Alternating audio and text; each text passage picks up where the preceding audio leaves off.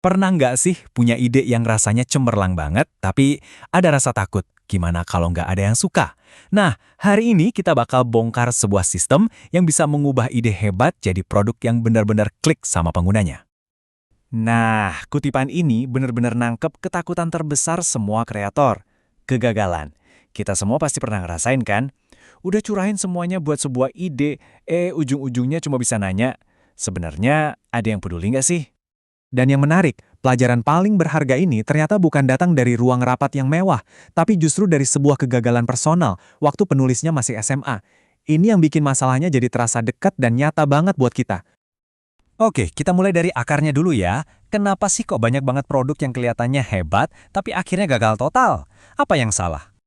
Cerita si penulis ini contoh yang pas banget. Coba dibayangin, kamu habisin waktu semusim panas penuh buat bikin video game. Terus, dengan bangga kamu kasih lihat ke teman-teman, mereka main. Cuma 2 menit. Abis itu mereka malah pergi main basket. Aduh, sakitnya tuh di sini ya kan. Rasa diabaikan itu benar-benar nyata. Nah, inilah tujuan utama kita. Momen klik itu. Analogi Lego ini keren banget loh, karena ini bukan cuma soal cocok, tapi tentang dua bagian yang pas, presisi, dan langsung ngunci dengan kuat. Klik. Itulah yang kita kejar. Terus kenapa sih dapetin klik itu susah banget? Seringkali jawabannya ada di proses kerja kita sendiri. Justru cara lama kita bekerja itulah yang ngejauhin kita dari sukses. Coba deh inget-inget, rapat yang nggak ada ujungnya, drama politik kantor, keputusan cuma ngandelin firasat. Nah, itulah kekacauan dari cara lama yang seringkali membunuh ide-ide brilian bahkan sebelum mereka sempat berkembang. Kedengarannya familiar banget ya. Tapi, setelah 1,5 tahun kejebak di kekacauan yang sama, ada satu tim yang mencoba sesuatu yang beda, sesuatu yang radikal, di Stockholm. Dan inilah titik baliknya. Sebuah eksperimen yang nantinya kita kenal sebagai Google Meet. Coba deh lihat perbedaannya, jauh banget kan? 1,5 tahun kerja tanpa fokus dilawan sama 1 minggu sprint yang super terstruktur. Dari cuma ide, jadi prototipe yang jalan, cuma dalam hitungan hari. Ini bukti kalau ini bukan soal kerja lebih keras, tapi soal kerja lebih cerdas. Pengalaman di Stockholm tadi dan ratusan pengalaman lain yang mirip, akhirnya dibedah dan dirangkai ulang jadi sebuah sistem. Sistem yang bisa dipakai oleh siapa aja. Jadi ini bukan lagi keajaiban yang cuma terjadi sekali, tapi sebuah proses yang bisa kita ulang terus-menerus. Nah, dari eksperimen-eksperimen inilah lahir sebuah senjata ampuh buat ngelawan kekacauan. Sebuah sistem terstruktur yang bisa diulang yang namanya adalah Sprint Fondasi. Intinya apa? Efisiensi yang radikal. Bayangin, semua perdebatan soal strategi yang biasanya makan waktu berbulan-bulan dipadatkan jadi cuma 10 jam kerja fokus. 10 jam? Jadi hasilnya bukan lagi dokumen strategi 50 halaman yang tebal dan cuma jadi pajangan berdebu. Bukan. Hasilnya adalah satu ide tunggal yang jelas, kuat, dan yang paling penting, bisa dipahami dan didukung sama semua orang di tim. Oke, sekarang kita lihat yuk wujud dari strategi yang super jelas ini kayak apa sih? Jawabannya ternyata sederhana banget, tapi dampaknya luar biasa kuat. Jantung dari sistem ini namanya hipotesis pendiri.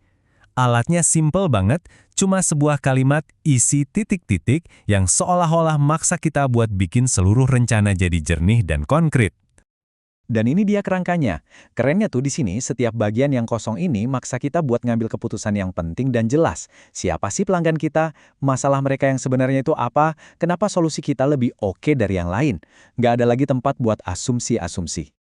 Dan ini bukan cuma teori di atas kertas ya. Coba kita lihat polanya di perusahaan-perusahaan sukses ini. Slack itu nggak jualan aplikasi chat, mereka jualan solusi buat email yang berantakan.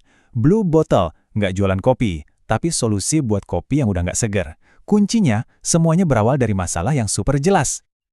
Oke, jadi sekarang kamu udah punya strategi satu kalimat. Rasanya udah yakin banget nih.